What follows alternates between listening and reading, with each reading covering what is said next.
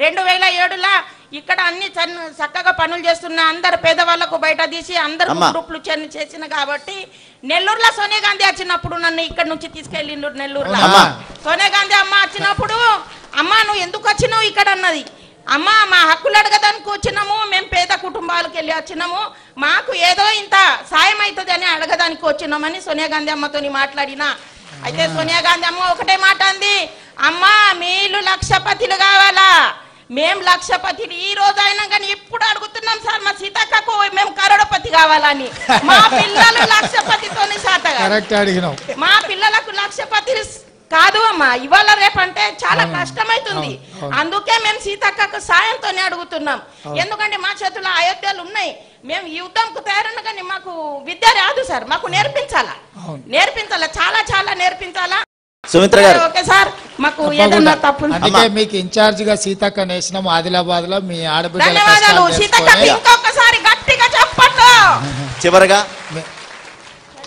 చివరగా సార్ గతంలో అప్పులతో ఈదిన కుటుంబం ఇప్పుడు ప్రస్తుతం 5 మిషన్ ఒక్క మిషన్ తో స్టార్ట్ అయ్యి 7 కుట్టు మిషన్లతో 5గురికి ఒక్కొక్కళ్ళకి 15,000 రూపాయలు తనే జీతం ఇస్తుంది. 75,000 రూపాయల జీతం ఇచ్చే స్థాయికి ఎదిగింది.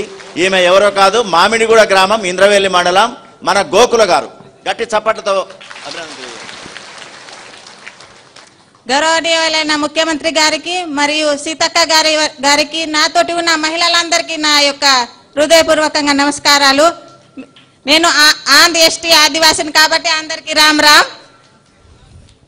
నేను మొదట ఈ సంఘంలో చేరడానికి కారణం ఏంటంటే నాకు అత్తమామలు లేరు, నాన్న లేడు. కాబట్టి 2009లో మ్యారేజ్ అయిన తర్వాత ఎవరు అప్పు అడిగినా డబ్బులు ఇవ్వకపోవడం వలన మా ఊర్లో ఉన్న మహిళల వాళ్ళతోని తెలుసుకొని సంఘంలో చేరితే ఎలా ఉంటుంది, మరి వాళ్ళు అప్పు ఇస్తారా అనుకునే సమయంలో ఒక 10 మందిని చేసి నేను ఒక గ్రూప్ తయారు చేసినాము.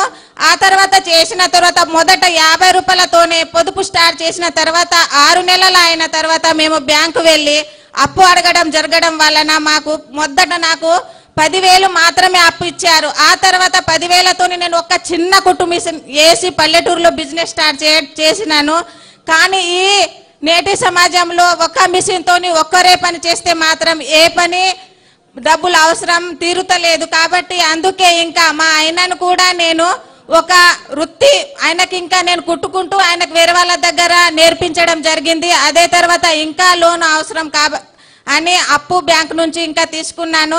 ఆ తర్వాత 30,000 అప్పు నేను కూడా పట్టుకున్న 30,000తోని ఒక ఆటోమేటిక్ మిషన్ తీసుకోవడం జరిగింది. ఆ ఆటోమేటిక్ మిషన్ ద్వారా ఎక్కువ బట్టలు కుట్టుకొని ఎక్కువ డబ్బులు సంపాదించుకోవచ్చు అని. ఆ తర్వాత అలా చేస్తూ మండల్ లెవెల్లో నేను